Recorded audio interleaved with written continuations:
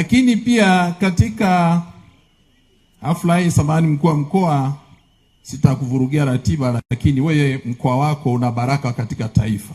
Hapa tuna Wakatoliki wa nguvu. Kwa hiyo naomba unipe ruhusa waje hapa mbele. Zamani walikuwa wenyewe hatuwezi kuwaita sababu si ni wadogo, lakini nawaita.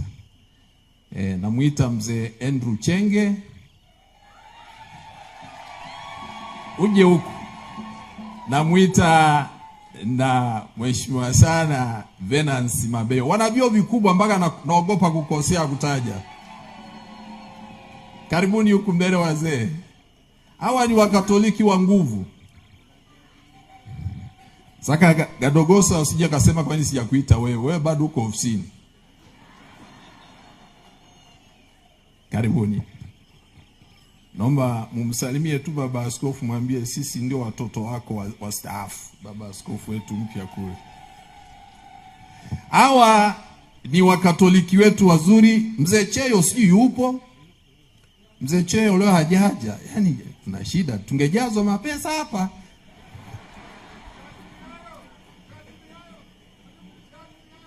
Yalo yuko wapi? Jaji Miayo. Samani jaji karibu sana baba, karibu. Tunakuomba na wewe uje.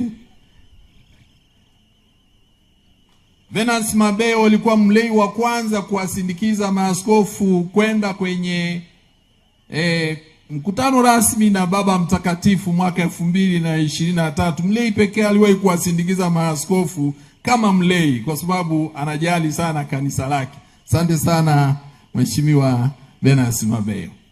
Mpigeni makofi. Nyinyi wana Bariadi mnatupa zawadi sana kitaifa. Wakatoliki wenye nguvu. Asante sana baba Chenge. Lakini humu pia alitoka mzee mmoja aliyowasaidia maaskofu kwa wingi, ambaye baba askofu nimewaita kwa makusudi hawa. Baba naomba tukae. Nimewaita kwa makusudi hawa ujue unawashauri wenye moyo wa kulipenda kanisa na uzalendo wa hali ya juu.